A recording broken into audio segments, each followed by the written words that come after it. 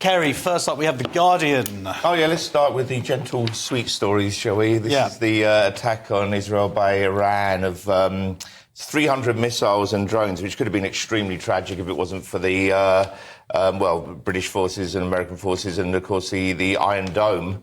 And the Jordanians and the Saudi Arabians. Yes, that's right. Actually, I was going to add that who have having to show their hand now, which is getting quite interesting.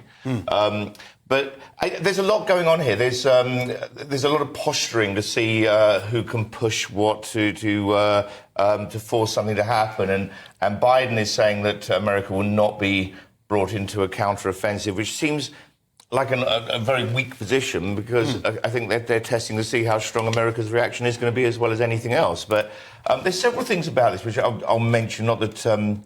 Well, we'll just sort of skirt around it a little bit. There's things we keep hearing, which is Israel is falling for it, which I'm hearing a lot. Is that Israel shouldn't respond because they shouldn't fall for it. I heard the same after the October 7th attack, is that Israel fell for it, as if it was a trick, as if it was so small that they could have just brushed it away. But this attack could have completely destroyed Israel. It's massive. If it hadn't been ballistic missiles. Yeah, totally. Yeah. And for a tiny country.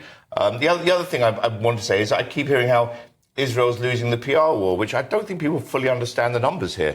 Israel has to lose the PR war, always, because there's only 15 million Jews in the world. That's why. It's because it doesn't matter what the morality. Everyone thinks it's about the morality, but it's really not. It's really that if there were constituents all up and down this country where the MPs were really worried about what their Jewish constituents thought, because there were large numbers of them, if the media were worried about it, if there were hundreds of thousands of Jews marching every week, then that story would be heard more. I think that's a fact. That's an easy answer. The fact is that even if there were no constituents who supported the Palestinians directly because they were, of that ethnic group or whatever, the people of there's tremendous amount of anti-Israel feelings because Israel is an ethno-state, and there's a war between the people who are Team World, who hate ethno-states, and the people who support. I don't know if that's... People don't hate ethno-states. Yes, There's a bunch of other ethno-states. It's this specific There's ethno-state. loads of states that are almost 100% one ethnicity, loads of them.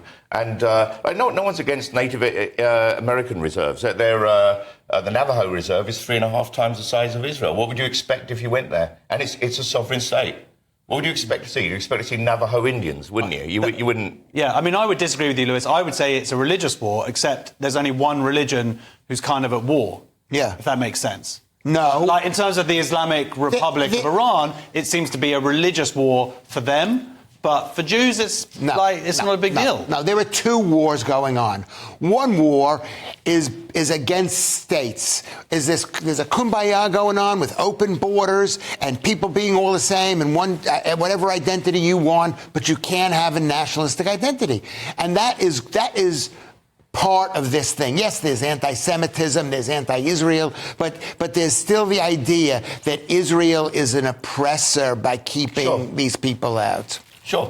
Yeah. Sure, but you agree with me? To go back to what you were saying... Well, there's definitely a few people have, but to go what you were saying, Kerry, the analogy that I read online, which I thought was quite interesting, was if someone shot you and you were wearing a bulletproof vest, it doesn't mean that you're just going to then instantly forgive the shooter or just kind of go ignore it. Look, there's a difference between punishment and reacting to stop something escalating, And if all of these attacks are testing ground for a larger attack, then I think Israel's going to respond to it. Well, that's the other thing. They cannot do. I'm not sure. Look, I would love to hear of a better.